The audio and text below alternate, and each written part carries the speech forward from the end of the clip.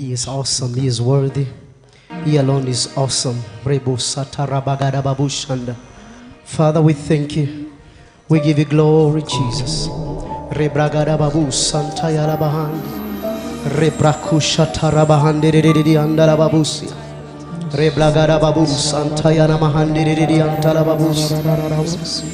we bless you, Jesus. Zerapraka Santayana Mahandiri Antarababus Repraka Shatayala Bagaraba.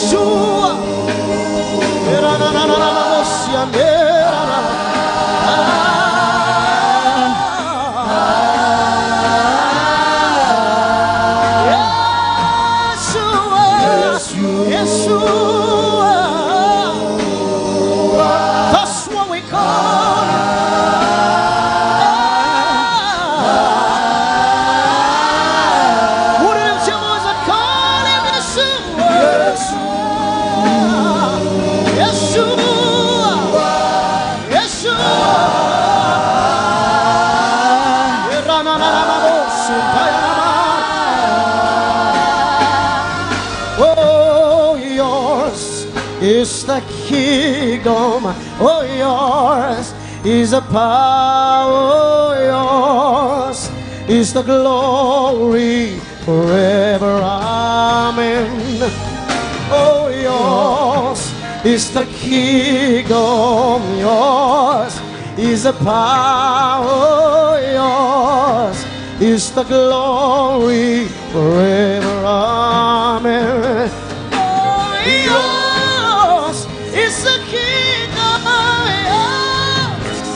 It's the power, it's the glory forever, amen. Yours is the kingdom, yours is the power, yours is the glory forever. Wouldn't you want to say yours is the kingdom, yours is the power, yours is the glory forever. Oh, woman, tell you, yours is the kingdom, yours is the power, a glory forever. Woman, tell me, yours is a king. Yours is a power. It's a power. Yours is a glory forever. Would you lift your voice and say, yours is a kingdom. Yours is a power.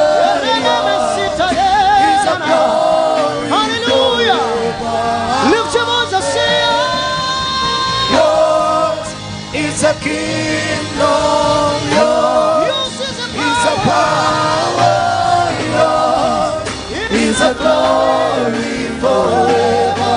Amen. Yours is a kingdom, yours is a kingdom, righteousness and peace and joy in the Holy Ghost.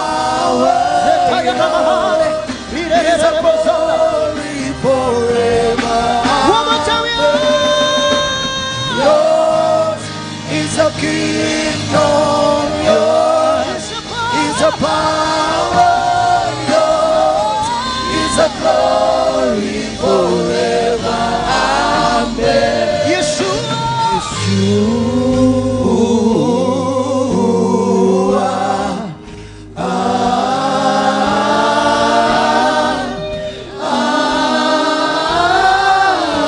one more time, Yeshua, Yeshua, Yeshua.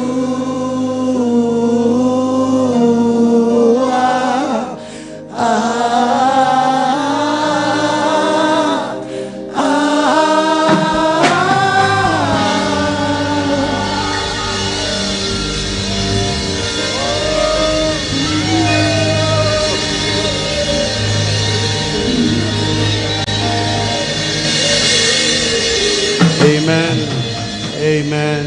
Amen. I want to recognize the presence of Bishop Jackson Musioka, just from where you are, sir. Amen. Thank you so much for being with us. I want to recognize our mom, Bishop Rebecca BT. Amen, Mami. Thank you so much. Amen. I see the presence of Bishop Matthew Muindi. Amen. Let's recognize our fathers. Amen. We have Pastor and Mom Katula. Amen. Thank you so much for being with us. Thank you so much, Bishop Josephat Muse. Amen. Let's appreciate the man of God. Amen. Now we have so many reverends, pastors, and members of the fivefold ministry. If you're here, just wave. Just wave. I may not know the names of every one of us. Amen. Amen. It's good to see. It's good to see a man of God all the way from Nairobi. It's good to see. It's good to see you. Facebook is a good thing. Facebook is a good thing. Blessed be the name of the Lord. And my wife is my pastor also. Amen. Amen. Blessed. That's how you appreciate my wife. We have one of our fathers, Bishop Isaac Wawire, is with us. He's ministering in 2 sessions in between now and the evening. We honor you, son. We love you so much. Thank you for holding our hands and allowing us to rise on your shoulders. Thank you so much. We really appreciate you. Would we give the man of God a standing ovation, give honor to whom honor is due, as we get ready to receive the Apostle of God and Apostle of Jesus Christ, even Apostle David Juma, to come and deliver God's word. We love you, sir. Welcome to Machakos. Welcome to the Feast of Booths. Karibu. Amen.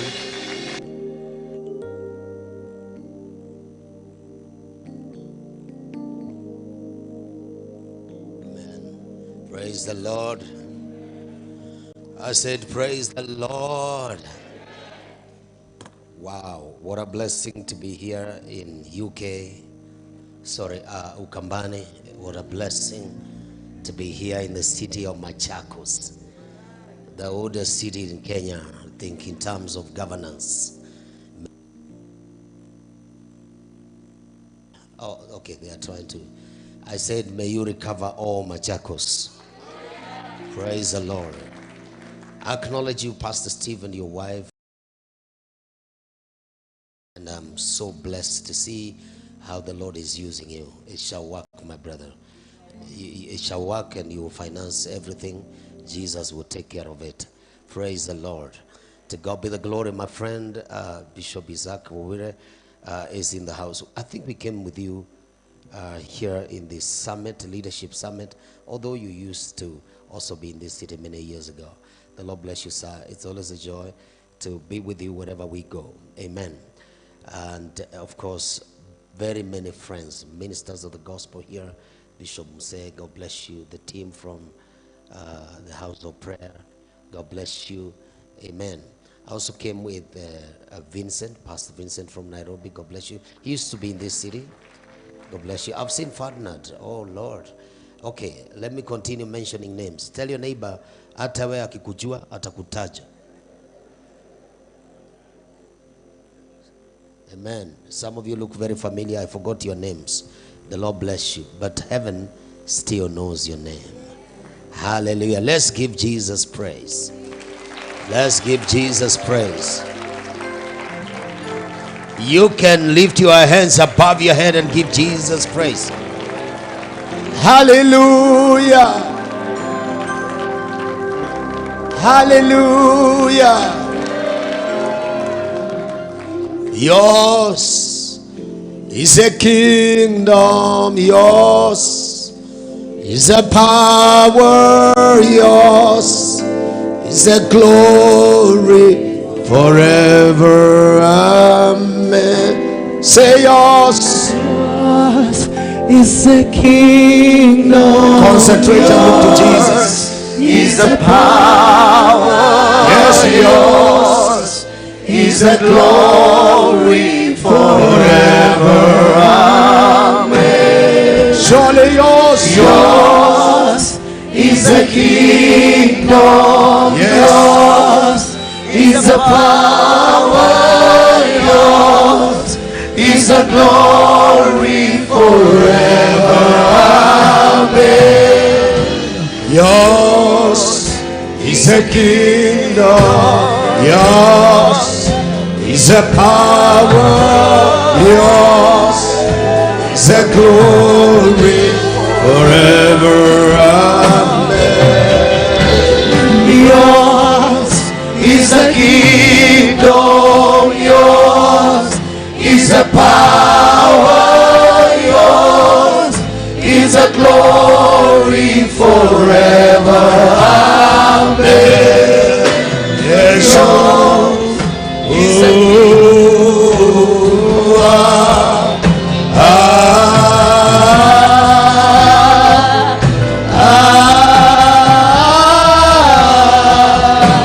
lift your hands, say yes, you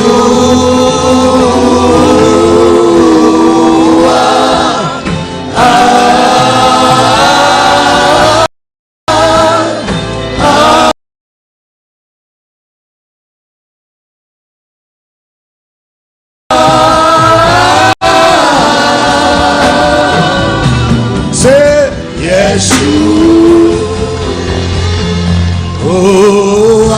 Lift your hands, say yeah.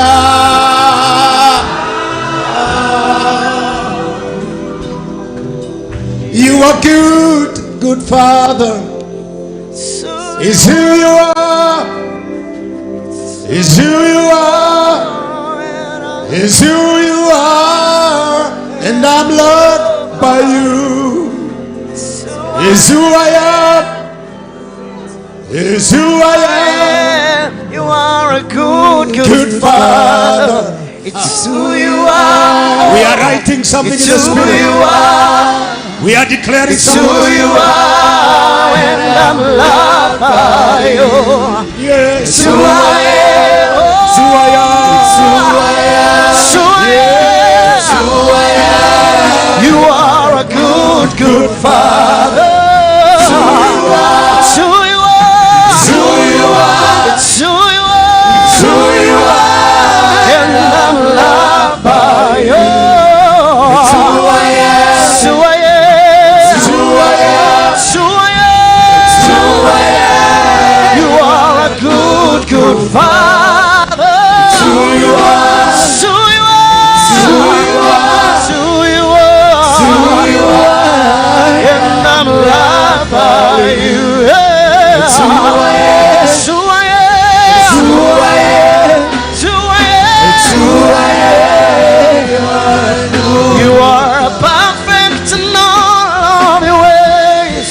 you are perfect. You are perfect in all of your ways. Yes, you are perfect. You are perfect in all of your ways.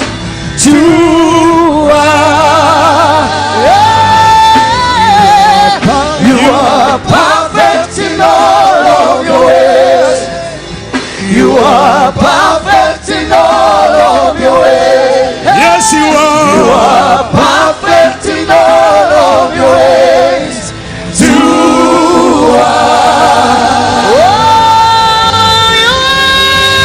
are perfect in all of your ways. Jesus, you are. You are perfect in all of your ways. Here in Machakos. You are perfect in all of your ways. You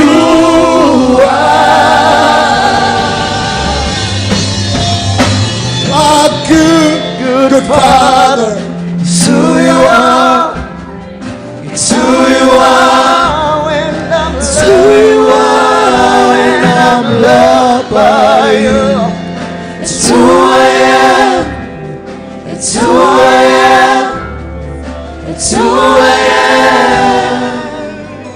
am. Stretch your hand to heaven, Father. We acknowledge in Machakos you are good.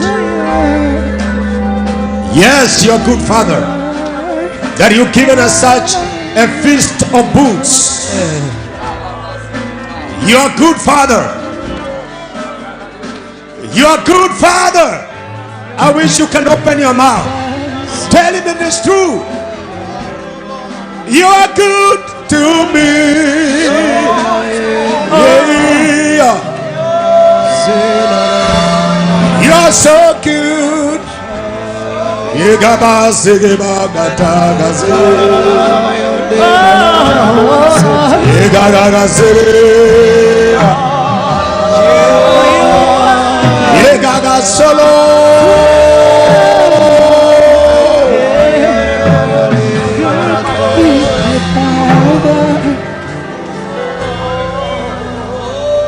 Father, we pray in the name of Jesus as we look into your word. We are beholding your face. Talk to us, minister to us, and establish your kingdom right here. Let your will be done right here, right now, as it is in heaven. In Jesus' name we pray. Clap your hands and reach. Hallelujah.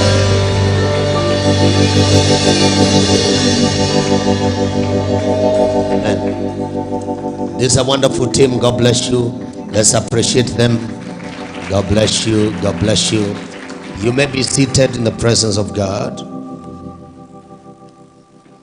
Indeed, is perfect in all his ways. We're going to get into the word in this session in the time that we do have, and we have good time to just share the word and see how God is going to build up to the rest of this day. And to God be the glory for what God is doing in Machakos. I can't remember the first time I preached in Machakos, but the Machakos mission 1993 remains in my memory so greatly. But I had preached there again before, but we always keep on coming to the city, and is one of the cities that is a place of birthing so many things that have been birthed from this region, and to God be the glory. They have placed several books with me here, because in this festival you can also lay hold of certain things. Restructuring your money. During COVID, everybody disagreed with money. Then the Lord gave me a revelation how you can agree with money by restructuring your lifestyle, your life. This book is available. Find it. I'm glad that every one of us here can be a man of God. So here's a book. You too can be a man of God. 7 marks of what a man of God is all about. And the goal is to have every Christian, every believer serve God like a man or woman of God. Here's a very beautiful tool in my hand. Another book, The Christ-like Disciple. Jesus asked me, after ministering in Kampala, to describe what the 21st century disciple looks like. And here are 34 characteristics describing today's disciple. It's a discipleship book. If you are pastor, leader, these are 34 messages beginning next Sunday. So you don't need to look. We have labored. You can step into that grace. I acknowledge you, Pastor Katula. God bless you. It's good to see you over many years from those days in Embu, still standing tall for Jesus. May you live forever, sir. The Lord bless you. Let's go to the book of Hebrews chapter 1 from verse 1. I like the way technology has changed how we deal with the gospel. You just mention a verse, it leaves your hands, it shows up on the screen. Now it's showing up in the air. I hope your Bible will still remain with you. How many of you have your Bible today? Lift your Bible. I wish I was John Osteen in the 80s. I would say, this is my Bible. Somebody say, this is my Bible. I love it. I believe it. Your neighbor is saying nothing because they are not Christians. I don't know that they have other books. I don't know what they have, but please buy a physical Bible in Machakos. Did you hear what I say? So God, verse 1 says, at various times, in various ways, spoke in time past to the fathers by the prophets. How did he speak to the fathers before? By the prophets. Has in these last days spoken to us by his Son, whom he has appointed heir of all things, through whom also he made the worlds, who being the brightness of the glory and the express image of his person, and upholding all things by the word of his power, when he had by himself purged our sins, sat down at the right hand of the majesty on high, having become so much better than the angels, as he has by inheritance obtained a more excellent name than they. May God bless his word. Now you are ripe for greetings from my wife, Pastor Asunta. Please, would you receive her greetings? Thank you. We really wanted to come together, but we have so much work to do and assignments in the nation, in the city. So she has to take care of something else. I take care of something else, and I take care of Narok, and take care of Machakos. So, and take care of Juja, where we have a big, and Kamulu. So in the next 2 weeks, I have 4 major conferences. So, no, we were told to preach, God will repair us later. So you should be sympathizing with yourself that by now you ought to be a teacher. But look at you, you still need to be taught. So may you receive something. Whatever I have, you can receive. And I come from Nairobi, Kenya. You can receive through this grace. Glory to God. Kenyans have also agreed they receive also from Kenyans.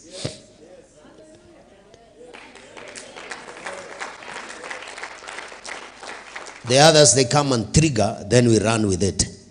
Glory to God. These scriptures, let me preach from Hebrews. One time I was reading a scripture in the Old Testament, and I was beginning to preach. He told me, he said, I've never heard you preach from the Old Testament. He said, what's happening today? I was reading Joshua. So he will preach from the Old Testament today. I know that. Let me do the new.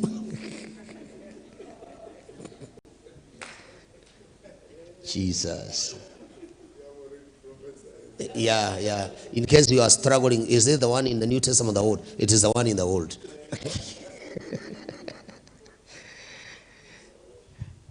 These scriptures in Hebrews. Now, Hebrews,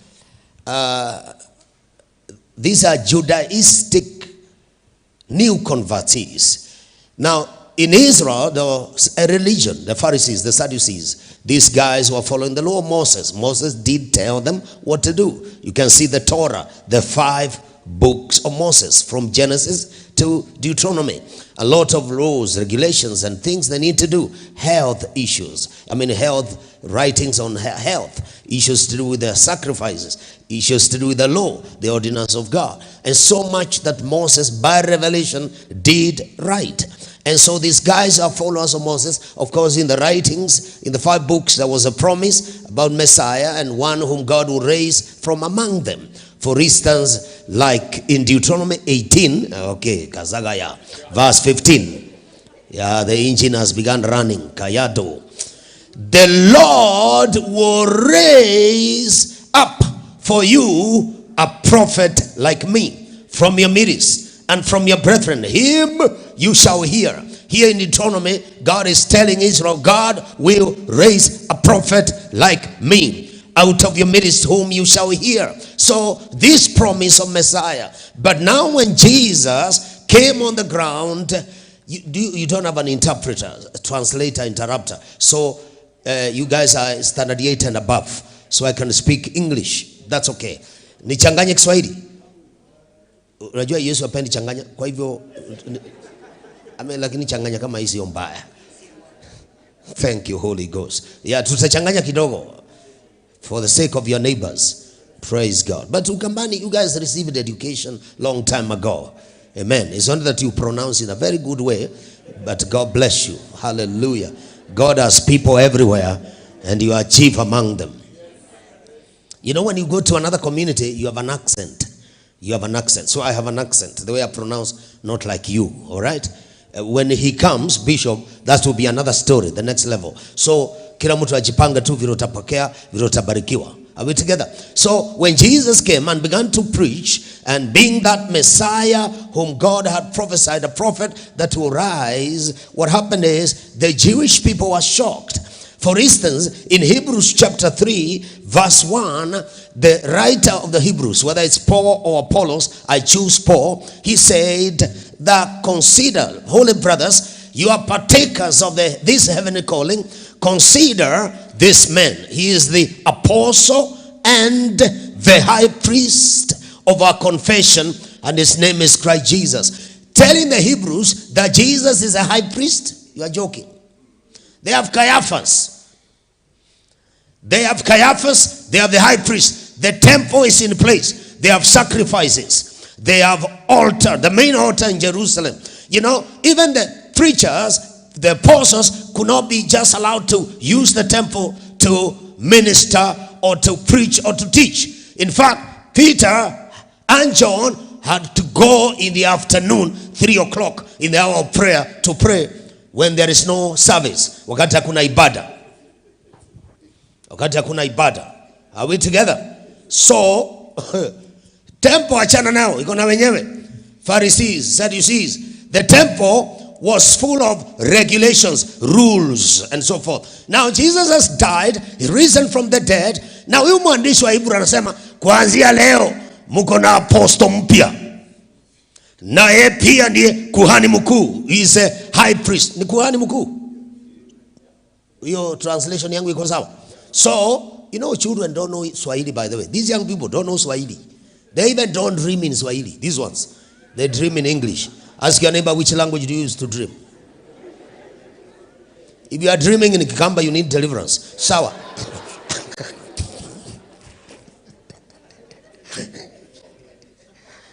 Oh Lord. Joseph, stand up.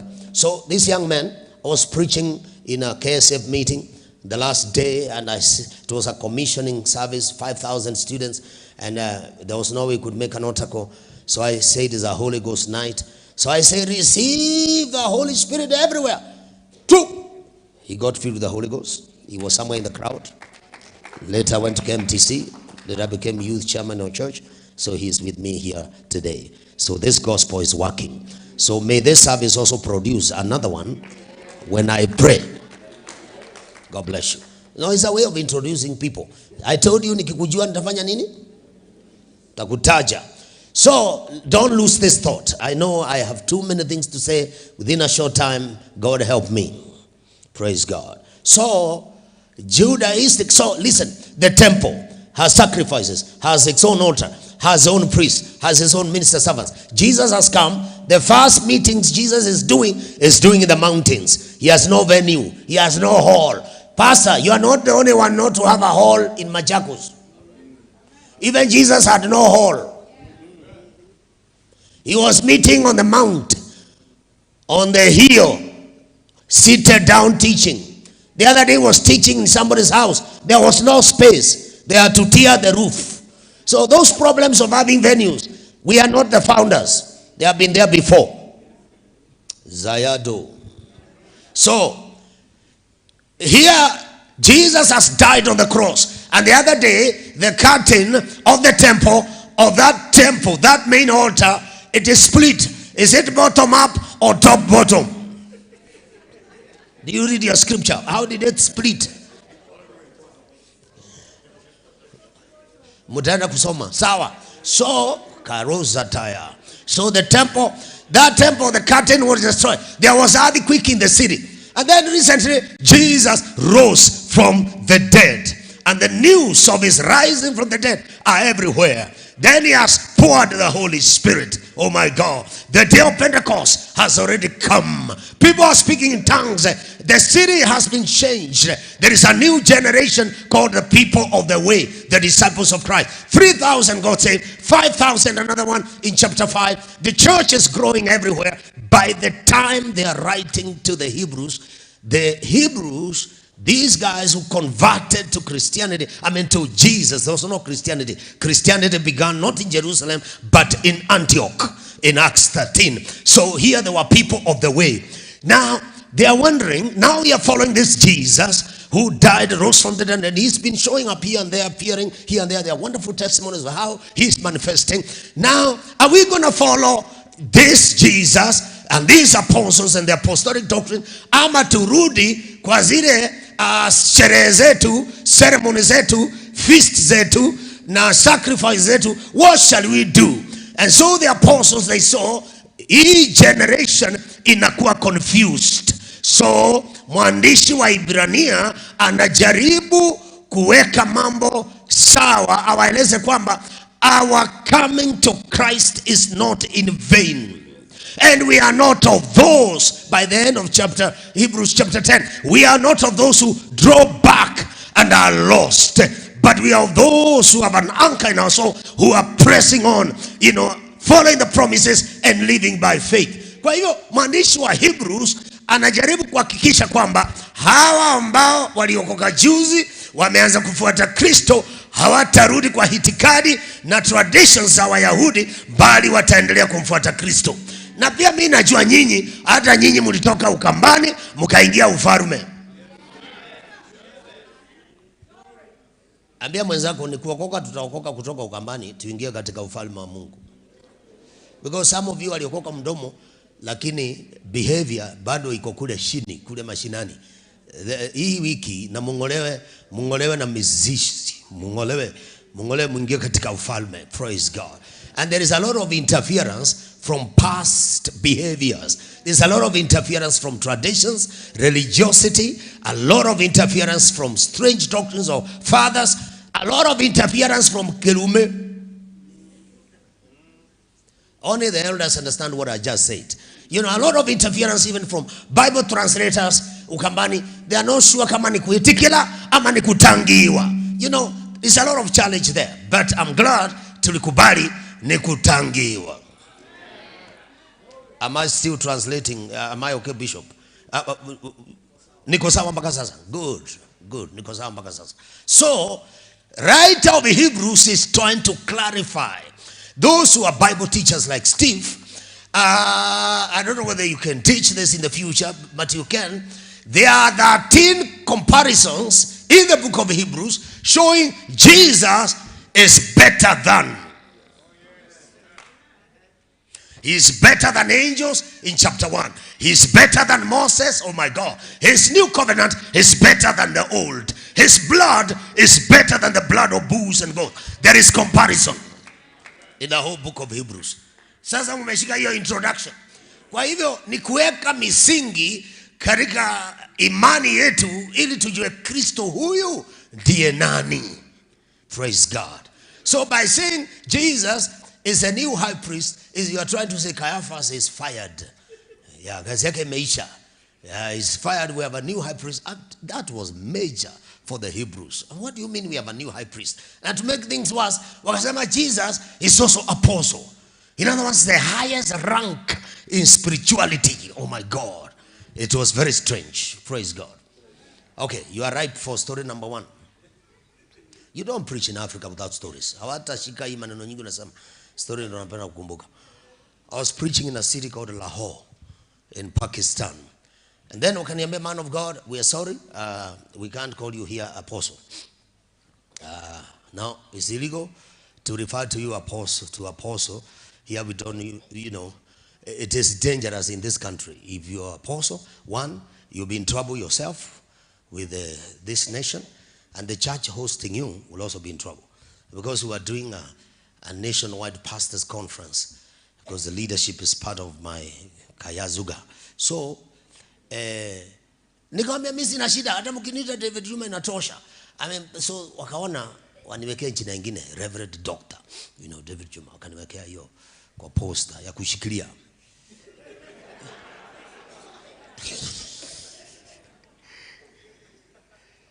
Somebody say the apostle.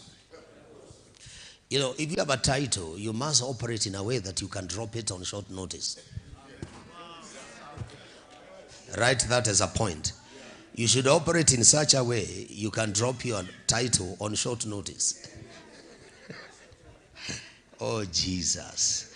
He told Abraham, I'll make your name great, not your title. Glory to God. Nimeanza kurusha mawe. Hey, unajua leo ni asubuhi. I'm very happy. Glory to God. Jioni revival ndio iko na watoto. You know, saa hii tuna deal na man of God and man of God, so we can kaya zupaya. You know, we are living in times of an awakening, times of revival. Are you aware revival is here in Kenya? I'm telling you, these are the first wave. It's the first wave of revival. And this revival, God has showed us how it is working. God has told us this revival will attract a new, quick arrival men of God, women of God who are never known before. So there are no titles before. The Samaritan woman kind. That by morning you have 5 husbands. By evening you are an evangelist. Mimi naomba hata wewe Roho wa Mungu na Yesu Kristo na neno lake likujie haraka haraka. Mambo yako ibadilike bila kungojea miaka mingi. Sisi tumepiga miaka mingi ili na wewe usipige miaka mingi. Chukua hii neema. There is a loop. There is a loop. There is a loop. There is a bypass. Badala kupitia siri na kuna jam, kwa machungaji wameka jam, kuna bypass. Hii hema ni bypass. Zagara zaga. Hii hema ni bypass ya kufika haraka mahali Yesu angependa ufike. Na ninatangaza mapema asubuhi, revival na uamsho uko hapa Kenya. Hata wewe utafufua wafu, hata wewe utaponya wagonjwa, hata wewe utaokoesha, hata wewe utatangaza injili, hata wewe Mungu atakutumia. Utaanza kupata ufunuo wakati wowote, mahali popote. Na release hiyo kwa jina la Yesu. Na wewe huo moja wa wale ambao Bwana anaingilia, anainua, anabariki, anafungulia milango. Somebody shout, I'm one of them. Asubuhi Daudi ameleta supu na sahani moja akiletea brothers wake kwa vita. Jioni hiyo sahani hiyo ndio imebeba kichwa ya Goliath. I declare in 12 hours something is going to shift. In 12 hours your name will change. In 12 hours your ministry will change. In Azaga Barazopara Sharazaga. I don't know why I'm shouting right now early, but I sense something, because we are also here speaking apostolically and speaking prophetically in the mighty name of Jesus Christ. May the Holy Ghost come your way. May something land on you. May your life begin to be different. May you see an open heaven quickly. In the mighty name of Jesus. Thank you, Holy Ghost. Just sit down. I was just reading the verse and saying there are 4 verses we read. And that God, who at various times and in various ways spoke in time past to the fathers. How did he speak to the fathers? By the prophets. Hebrews 1:1. The way he spoke to our fathers through the prophets, but as in these last days, spoken to us by another method. He is now spoken to us by his Son, Jesus Christ. Let me speak about Jesus Christ. The Lord give me, okay, kwa ajili ya wale wanapendanga kichwa ya ujumbe. Mko wengi sana, hizi ni vichwa nyingi na kila kichwa inahitaji topic yake.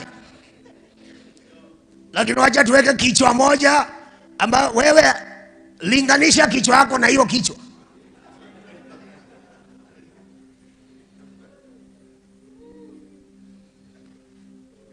Kabla sijapea kichwa, wacha nirudi nyuma kidogo. So these verses, Jesus, God has spoken to us in these last days by his Son.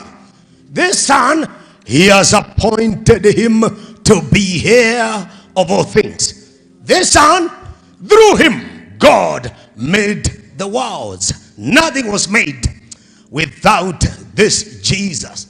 He's the brightness, he's the image, he's a representative of the Father. Oh, this Jesus, by him all things are upheld. Glory to God. By the words of his power. Now he has sat at the right hand of God of majesty, on the right hand. Oh, he has become better than angels. And guess what? He has obtained a more excellent name than they, or than these angels. What I'm finding is this, ladies and gentlemen, that Jesus is our life's compass, or compass. That's what I want to talk about in 25 minutes. Yeah, halafu kunini sababu ya because. So this phrase came into my mind this morning. We were with somebody here. A compass. Do you pronounce it compass or compass? Compass. Let's work with compass because of CO. So compass is a navigation instrument for finding direction. That's what it is. I heard in the spirit this morning, this generation needs direction. Somebody say, I need direction. This generation needs life's direction. Kwa maisha haya tunahitaji kujua njia. This generation needs ministry direction. Ministry direction. Where are we going ministerially? I need to remind us that all things right now must consist in evolve and revolve around Jesus Christ. Everything now must revolve not around your ministry, but around Jesus Christ. Everything now has, and every minister and minister in the church have to become prophetic, like John the Baptist, to point everyone to the one coming, to Jesus Messiah. We no longer ought to point to ourselves. We need to point people to Christ. Pointing people to Christ. Jesus is our direction. He is where we are going. In fact, when Paul by revelation writes to the Ephesian church about the fivefold ministry, he says their work is to equip the saints for the work of the ministry. If you can go there, please, computer man, that must be a pastor's son or daughter. Whoever is on the computer must be mtoto wa pastor. I've done my survey. 99% of the people drawing scriptures in churches across Kenya, because I'm always traveling, watoto wa pastor. So wewe kama wako sio pasi, basi wewe utajipanga vile mtaingia kwa pasi. Uko kwa Hebrews chapter 4 kijana, verse 13. These fivefold ministers, wewe si ulinionyesha kwamba unaweza kuniwekea maandiko. Now stay with me, don't go anywhere. So they are equipping the saints. Verse 13, so that we are no longer children, we come to the unity of the faith. Look at this. And the knowledge of the Son of God. So the apostles and prophets and pastors, evangelists, teachers, they are helping us that we may come to this unity of the faith. That we may come to know Jesus, the Son of God, more and more. That we may become perfect, mature, praise God. And have stature, come to the measure, metron, measure of the stature of the fullness of Christ. In other words, where we are going more into Christ.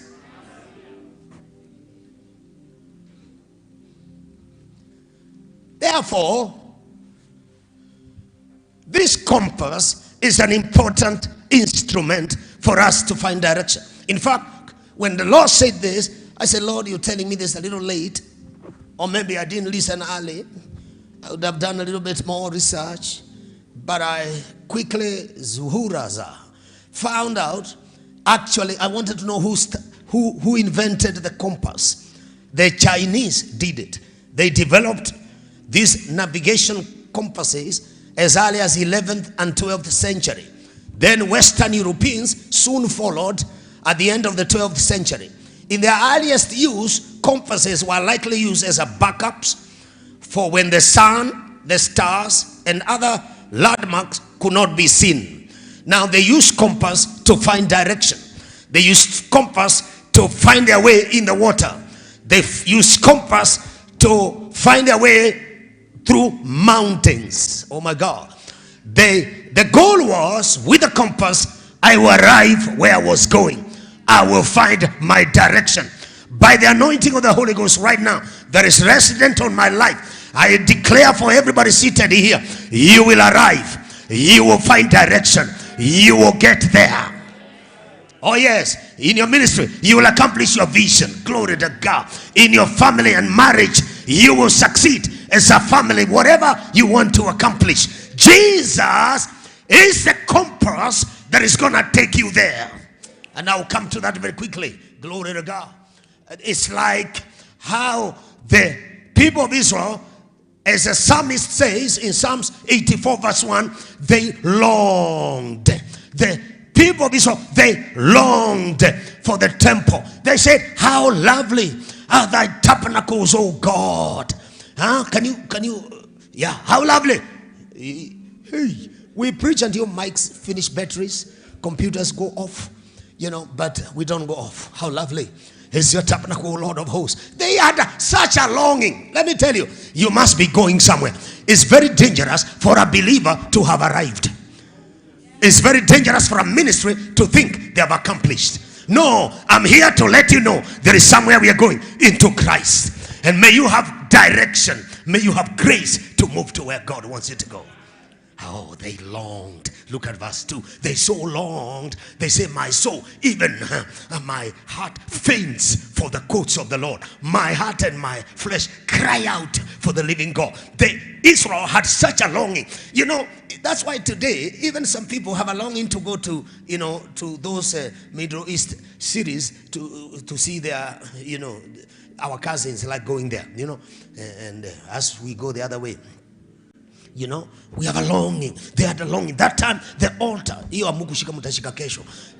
was such a longing to go to the altar. You know that magnificent temple of Solomon and its beauty? All the Israelis who are in the rural areas, they all longed for the courts of the Lord. They long to go. They say, my soul longs. My soul faints. Oh my God. They say, my heart and my flesh are crying for the day I will have an opportunity to go there. Hey, what a longing. I pray God will jumpstart in you such a passion, such a longing. Oh my God. Kuna watu wanaweza kusema amen hapa? Nasema na Mungu aweke shauku kama hii na longing kama hii ya kutarajia mambo makubwa ambao utapata ukiingia katika hekalu hili. kama jinsi wana Israeli hawa walifanya siku hizo. Tuende na mimi pole pole. Mstari wa 3. Biblia inasema even the sparrow, yani wanasema, yani nyoni jishafika huko. The sparrow, they have found a home. You know, the swallow has even found a nest for herself where she may lay her young, even at the altars. Yani hizi ndege za angani washafika wengine, maana huko hakuna ibada kila wakati, hata wamezalia huko wakaka mayai ya vitu yao huko. Yani wananchi wanasema haya kama nyoni zimefika huko, ndege za angani, mimi natamani hata mimi nitafika. Yes, they are there on the altars. Oh Lord of hosts, my King and my God. Hey. Look at the next verse. Look at the next verse. Blessed are those who dwell in your house. You know, and I imagine wale wanafanya kazi huko na si wamebarikiwa. Those Levites, those priests. Yani wakishachoma sacrifice ati ya dhambi nini, nyama ikiachwa, priest na vijana wake wanajisota. Hey, how lovely. Ama nafikiri kichinjwa inaachagwa hivi kuliona ndege wangani. Lazima mtumishi apate kitu. Oh, those who dwell there, Bishop, they are always praising you. Yani they are out there Galilee huko chini sijui wapi. Wanasema wale wanagishi kule mlimani kule Zayuni kwa hiyo temple. See, they are always praising you. How beautiful it is. Blessed are those who dwell there. I pray you see with your eyes the place where the Lord wants you to go as a ministry, as an individual, as a family. Glory to God. Look at the next verse. I'm trying to start up something in your spirit. Blessed is a man whose strength is in you, whose heart is set on a journey, on pilgrimage. Our heart is set on a journey. Glory to God. Wewe una version nyingine kama NLT ya vijana watoto, you know, juzi niona hiyo wanatumia hiyo version sijui kwa nini, na ni kama tu NIV haina verses zingine. Inasema pilgrimage. I wanted another word other than pilgrimage. Yote ni pilgrimage. Kwani hao interpreters, translators walikula chai bure hawakukumbuka waweka. Yeah, good. And how blessed are those in whom you live, whose lives become roads you travel.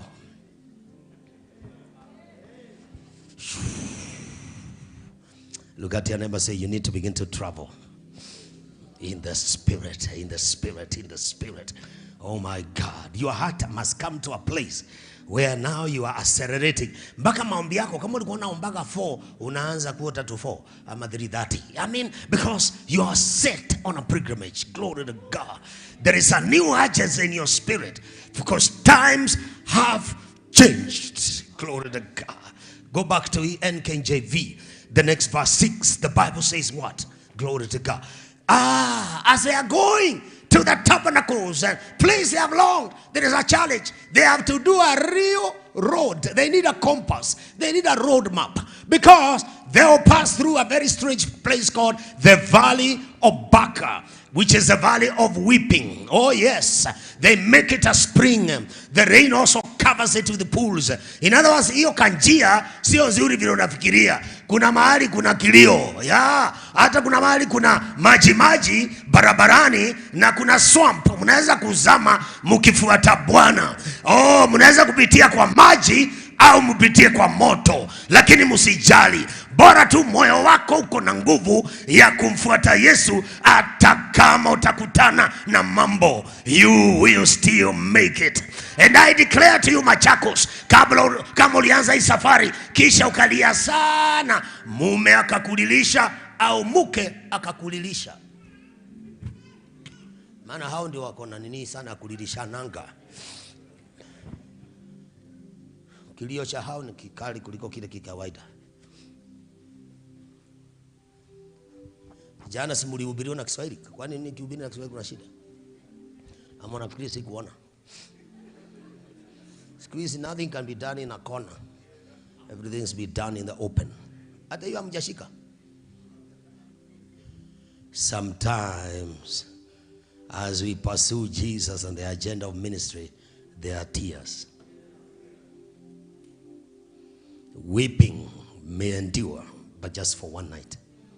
But in the morning, joy will come. I pray for you. Wale mnapitia janga, matatizo, Oh my God, financial. Zaruzata. In the 90s, Morris Seruru alituambia, they are the major crises of the 90s. One of the crises of the 90s, he said, was identity. Na ni kweli, saa hii spill into the 20s. Are you a man or a woman? I'm not sure. Parazarada. What has fallen? Commercial break. Commercial break. Kila mtu inua mkono hivi, sema kuna kitu imefanyika kwa sababu ya manifestation ambao sio ya Mungu, ni computer tu. Oh, huyo mtoto amegongwa na na kitu zato. Pray in the spirit. Wale mko karibu, ombeeni yeye na spirit. Wale mnabeba sio ashes tu, pray in the spirit mkibeba. Zata da da da da da da. Yeah. Are you a man or a woman? Identity, identity, identity. Zokoto jazataya. Wale mko online musijali kimeumana na kuna mtu ameumwa. Zato jaza. Pray in the spirit somebody. Zatara shazota paria. Jekete shazataria bada. We rudisha computer haraka. Amene hiyo kitu fanya haraka. Uzoto raba. Jazata, the crisis of the 90s. The crisis of identity. Are you a man? Are you a woman? Number 2, the crisis of finances in the 90s. He said, dunia itaingia hizo shida. The crisis number 3 of ministry. Number 4, the crisis of the family. Na hizo crisis imeendelea nyingi too. So what am I saying? That as we long for where Jesus is taking us, we are passing through the valley of weeping. Zakata bayada. Shoto labada. Zete bashia zata. You know, when we train for workers for the conference and for this kind of feast, we also train demon casters.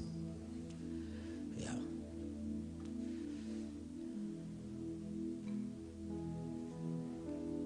It's okay. Tell your neighbor all is well. All is well. Are you ready to continue with this word?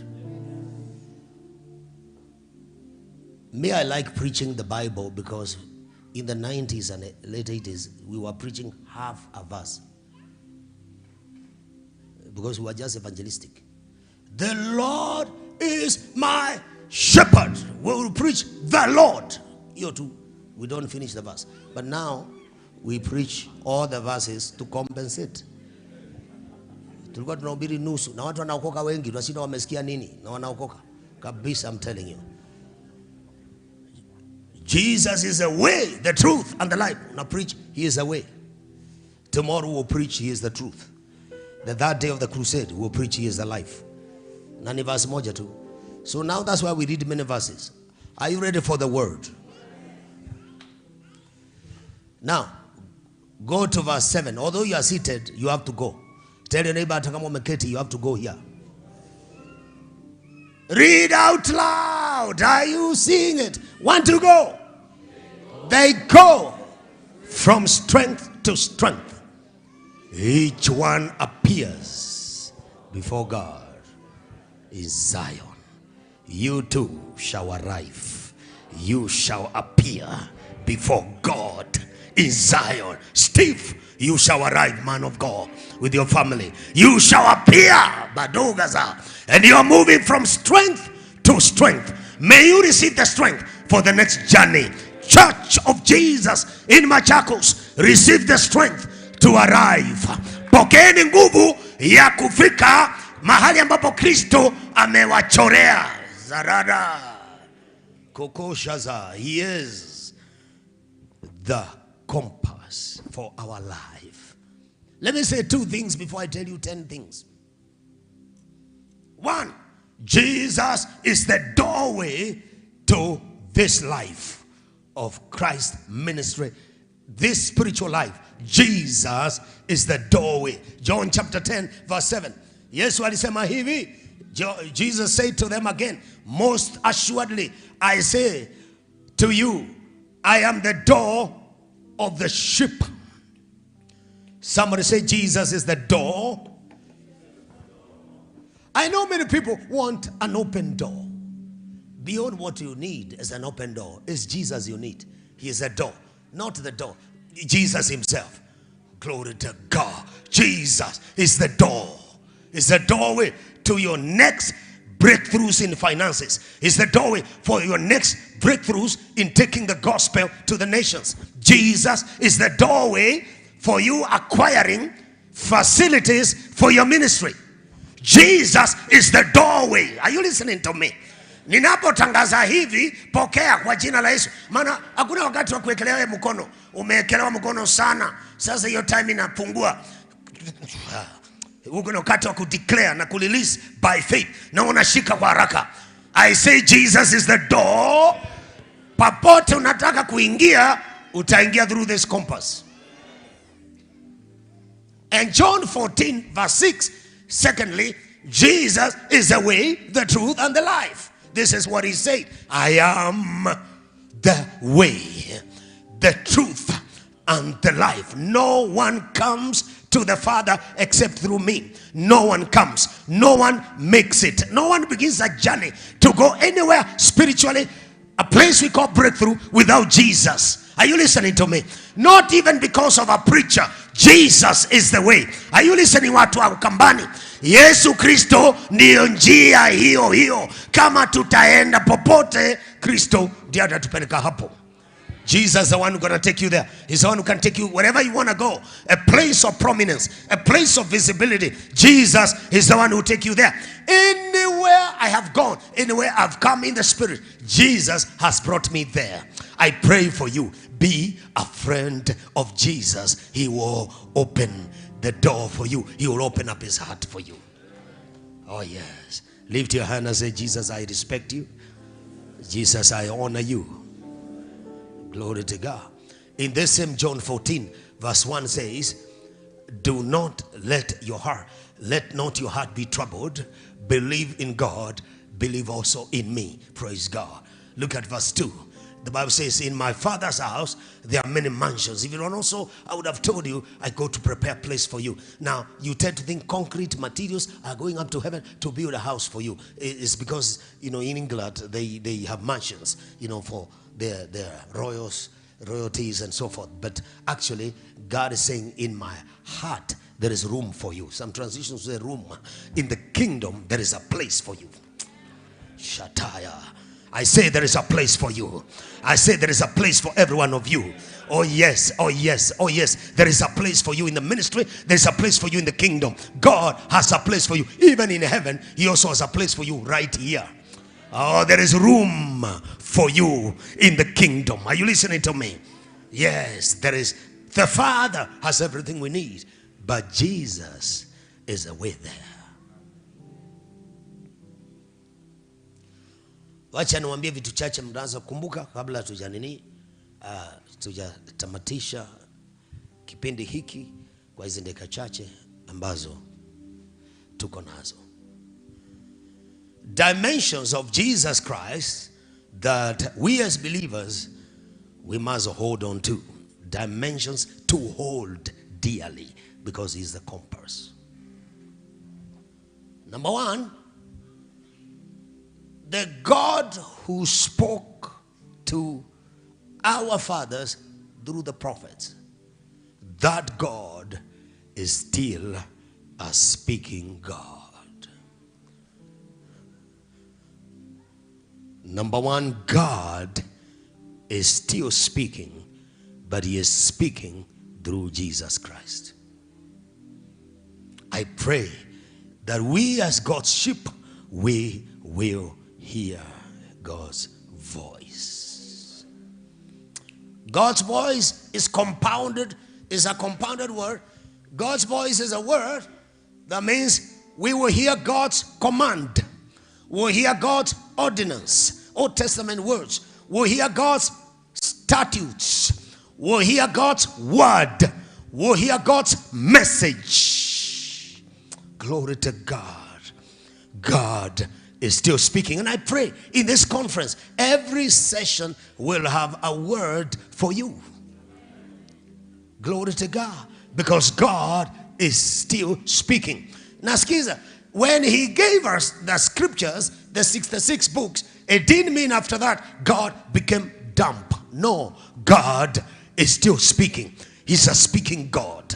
And the situation you are in, just one word from God will sort out every mess and every situation. The word, oh my God, even as a voice, the word as a voice. I like the way that voice of God, he spoke through the prophets, now he's speaking through Jesus. If you look at Psalms 19, you'll be amazed from verse 3 down. Psalms 19, where I'm talking about pastor, there's no speech, right? No language, where their voice is not heard. Jump to verse 6.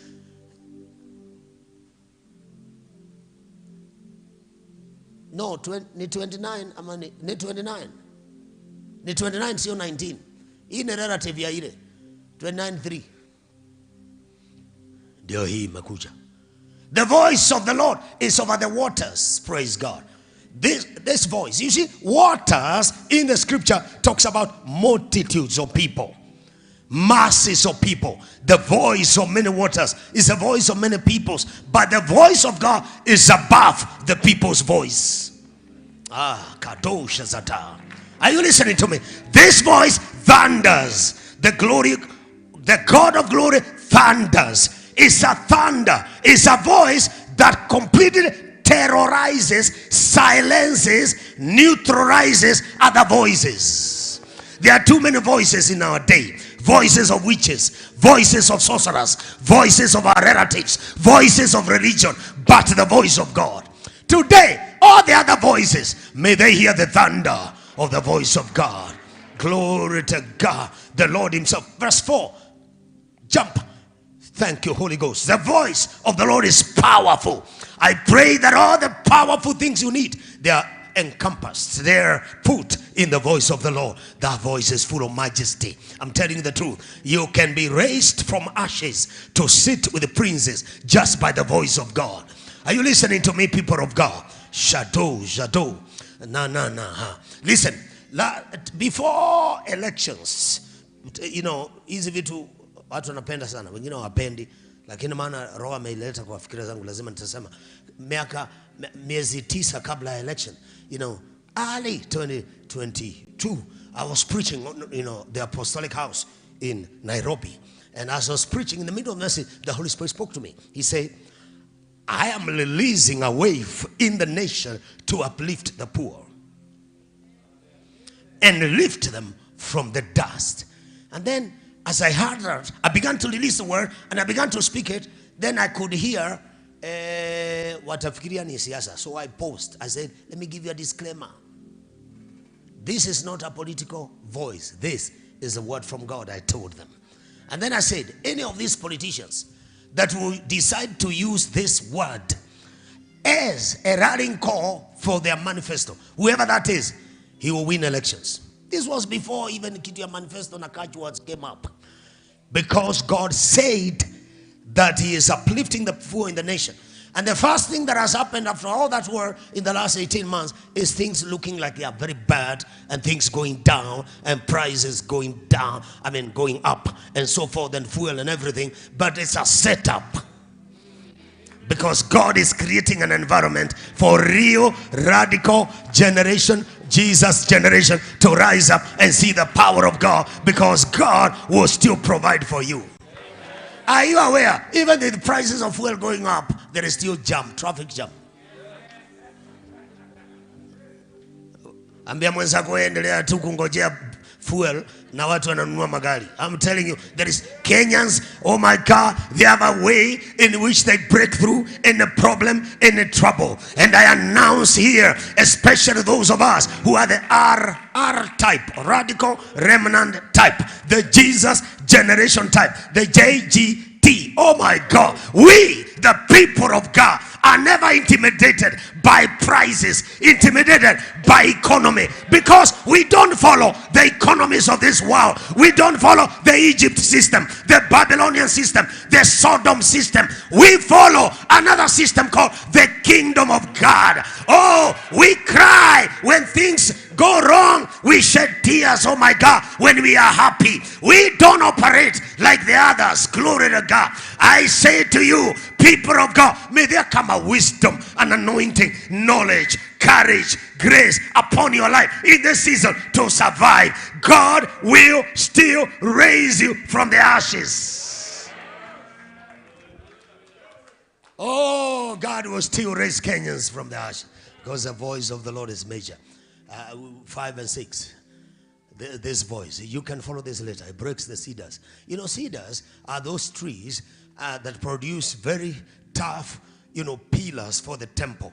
And when you see cedars, we are talking about, those kind of pillars that have been there for time immemorial. Glory to God.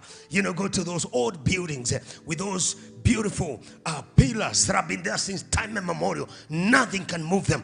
They can hold the whole house. But when the voice of God comes, it can split.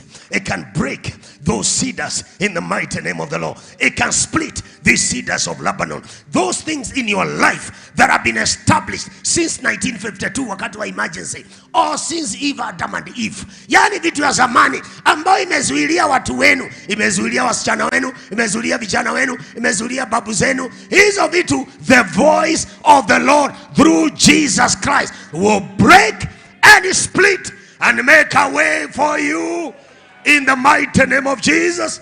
And you will become the first person in your family to break record and enter and do things that your people have never done. Thank you, Holy Spirit. Write this down and I'll deal with it in the future before Jesus returns. These 10 dimensions. So God speaks today through Jesus. That's the first one. Secondly, God is both a father, he is also a son, because he's speaking through God, the aspect called son. Somebody say son. Say son of God. Bishop. I'm walking in the revelation, so I can also see in the spirit. He needs a pen. Thank you, Jesus. Somebody say God is both a father, he's also a son. Are you aware God is a relational God? He's a father, he's also a son. I like our God. He operates as a father, at the same time he operates as a son. May you encounter the fatherhood of God. May you also encounter the Son of God. We'll talk about that in the future. Number 3, he is a heir of all things. Jesus inherited everything from the Father. Somebody say he's a heir of all things. Anything you need right now is in the hands of Jesus. Glory to God. Number 4, he made the worlds.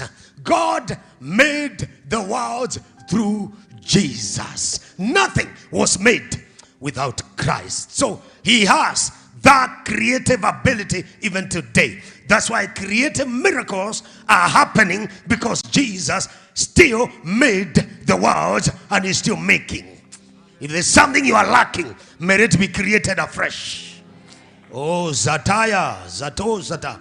Number 5, he's the image of God.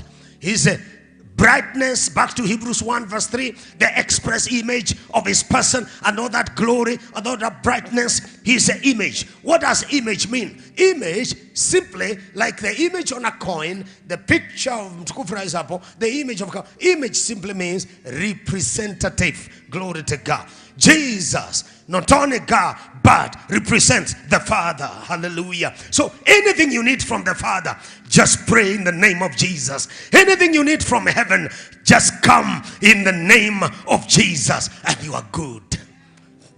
Praise the name of the Lord. And number 6, he upholds all things by the word of his power. Somebody say upholding. Say kushikilia. Ameshikilia vitu vyote kwa nguvu za neno lake. Hallelujah. Yani vitu vyote vimeshikiliwa. Maisha yetu imeshikiliwa. We are upheld by the word of his power. 1 year before corona. 1 year before corona, Mungu alijua kuna corona. Mimi sikujua, yeye alijua. Ni tu ripoti ndogo ndogo tu alitupa kabla ya. Sema kabla ya. Vitu mbili, tatu. Kwanza, God spoke to me say, you are kept by the power of God. It entered my spirit that I'm kept by the power of God. I'm sustained. I'm upheld by what? By the power of God. So corona kuja, nikadiscover I am kept by the power of God. Praise God. I'm not saying when you walienda ati hawakuwa, in fact they went into the power of God, into God. Kwa hivyo hakuna kulose. Nobody lost. Because we are all in the kingdom. Glory to God. Are you listening to me? Jesus upholds all things by the word of his power. Every time you receive his word, hiyo ndio itakushikilia. Na mimi naomba kwa jina la Yesu, Mungu akupe neno katika mahubiri haya yote, kisha baadaye upate kitu ambayo itakushikilia na kukusimamisha katika wakati huu. Lift your voice and shout hallelujah. He upholds all things by the word of his power. Glory to God. When he speaks, it is well. Glory to God. Then number 7, he has purged our sins. He purges our sins. Hizi dimensions ndio zitatusaidia tuende mahali ambapo Mungu angependa tufike. We cannot ascend the hill of God with our sins. Psalms 15, Psalms 24. Who can ascend to the hill of the Lord? It is him who has an upright heart. So the blood of Jesus, by purging our sins, yani katika kuoshwa na kutakazwa na damu, inatutayarisha na kutuwezesha tuweze kuenenda naye mahali ambapo tungependa kwenda. Are you listening to me? Because it is not that God has no ear. It's not that God has no eye to see. It's not that God cannot, help you. It is only because our sins, Isaiah 59 verse 1, our sins separates us from God. So may he purge and clean our sins by the blood. For what can wash away our sin? Nothing. Come on. But the blood of Jesus. Jesus has purged our sins. Oh, number 8, he is sitting now at the right hand of God. Say, Jesus is seated. Jesus is seated. Mtu ameketi, amemaliza kazi. Glory to God. He is seated. Glory to God. Yesu Kristo ameketi katika mkono wa kulia wa Baba. When you hear he is seated, that word seated ni kama ile ya Ephesians chapter 2, that we are seated with Christ in heavenly places. Praise God. Somebody shout, I'm seated with Christ. Hilo neno seated is the same word wakati magistrate anaketi katika kiti chake pale mbele kotini ili afanye uamuzi. In other words, ako tayari kuamua kesi leo. So Yesu ameketi maana yeye ndiye ako na uamuzi wa mwisho. Hata kama wachai walisema tungojee uamuzi wa mwisho, Yesu Kristo atasema, na yeye akishasema he has the final say. I say Jesus has the final say. Men can share their opinion, but wait, him who is seated on the throne. Glory to God. Na pia aketie ni kumaliza, amemaliza kazi. He has finished everything because he is rested and seated. Praise God. Number 9, he's better than the angels. He's better than the angels. Jesus is better than the angels. There are so many demonic angels that are speaking all manner of things, diviners, all kinds of spirits. Sijui malaika gani. Siku moja, story number 2. Nilienda kuhubiri huko na huko. Nikaitwa, nikasema sitaenda kwa sasa. I sent my 2 of my sons to go and do a crusade and visit the church. When they came back, wakaniletea ripoti. Wakasema, where you sent us? Although that ministry wants apostolic covering, kuna shida. Because what is the problem? They say, hiyo nyumba tu ya mabati iko na pillars. Huyo pastor amepea hizo pillars majina za malaika. Hiyo ni Gabriel, huyo ni Michael, ni Lucifer tu akuweka. Alafu akona majina zingine sijui alitoa wapi. Yani huyu akona neema in quote ya kujua majina ya malaika kuliko wale watatu tulikuwa tunajua. Hey, I said there's an interesting. Nikasema nitakuja kuona. So siku moja nikaenda kujionea malaika. Nikaona huyu pastor akona software ya divination. You know the river of revelation ni kubwa sana, and you can tap into that river through the Holy Ghost or through another spirit. Na huyu anatumia ingine kutap into information. Lakini kwa sababu ni pastor unataka kumembarrass, ni kujaribu sasa kumcorrect na kumshauri kumadmonish. Nikamwambia fanya hivi, hata kama Mungu alikupea majina ya malaika, hao watoto watakuwa confused na hii majina. Kwa hivyo wewe tu jua majina huko ndani, lakini usiandike nje. Alikataa hiyo ushauri, hakunisikia, akaendelea na kuandika majina ya malaika. Na mimi nikamwambia kama uwezi kuambatana na hivi, basi usiniwestie time. Tukaachana naye. Hata yeye akaachana na sisi. We are not together. Si ni sawa? Kwa sababu Jesus is greater than these angels. I don't know where you are getting your information from. There is only one way of getting revelation. Jesus Christ. Kama unapokea revelation, hey, kastori kingine.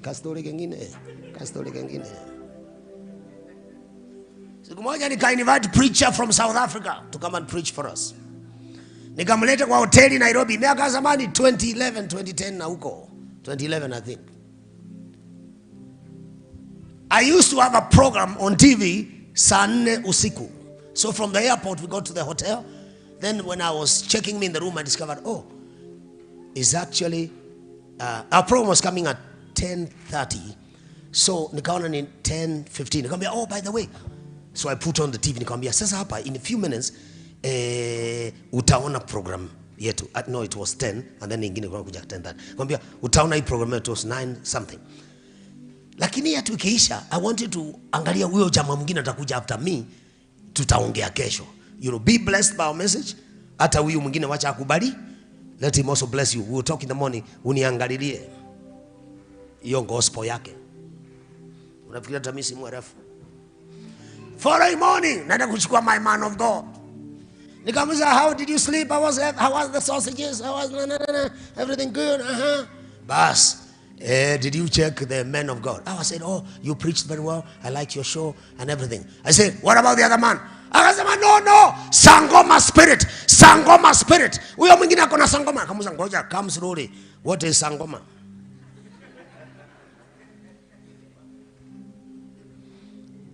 Akaniambia, huyo anauza maji. Akaniambia, sangoma ni ile spirit wanapataga huko South Africa ya holy water. Na ndiye anatumia huyo. Akasema, tunawajua. Akasema, South Africa, that's why we don't eat goat. Hata niliwapeleka ubiri South Africa kufanya nyama choma ya goat. Wakaanza kuchekesha, nikamwambia, nitaambia chachi yako walikula goat. You know, because eating goat was bad. So wanachukua goat, wanatupa kwa sea. You only see blood out. You don't see the goat. Alafu wanapata kwa kitu. Wanaleta kwa ministry.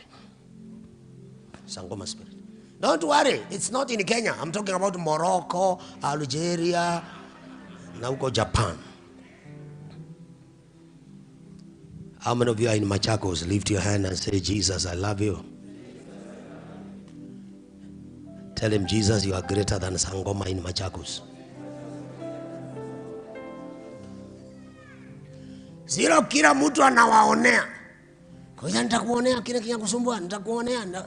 Anatumia roho gani kuona? Leo nimesikia injili. Naomba uniokoe. Nisamehe dhambi zangu zote.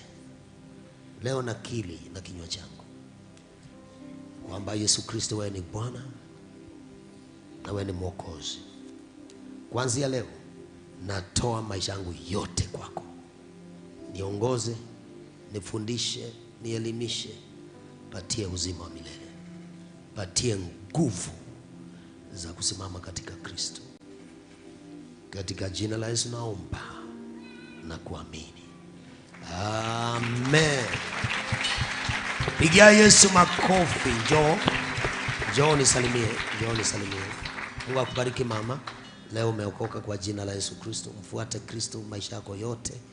Hata wewe asante, mfuate Kristo maisha yako yote. Hawa dada watawasaidia hawa nyuma. Wasaidieni. Enda na wao, Tuwapigie makofi. niongoze e Bwana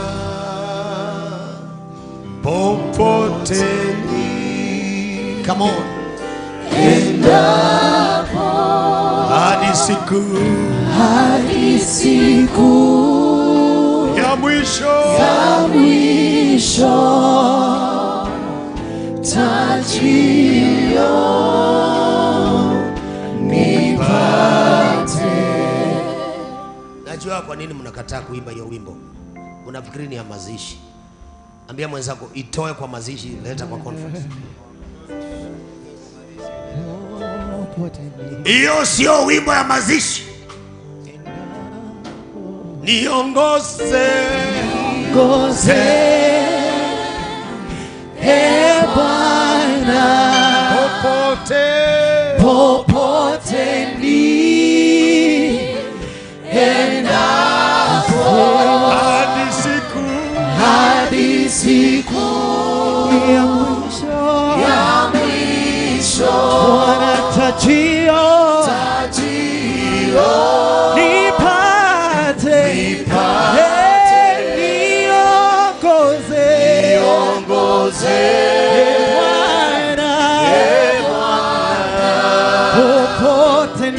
popote ni endapo hadi siku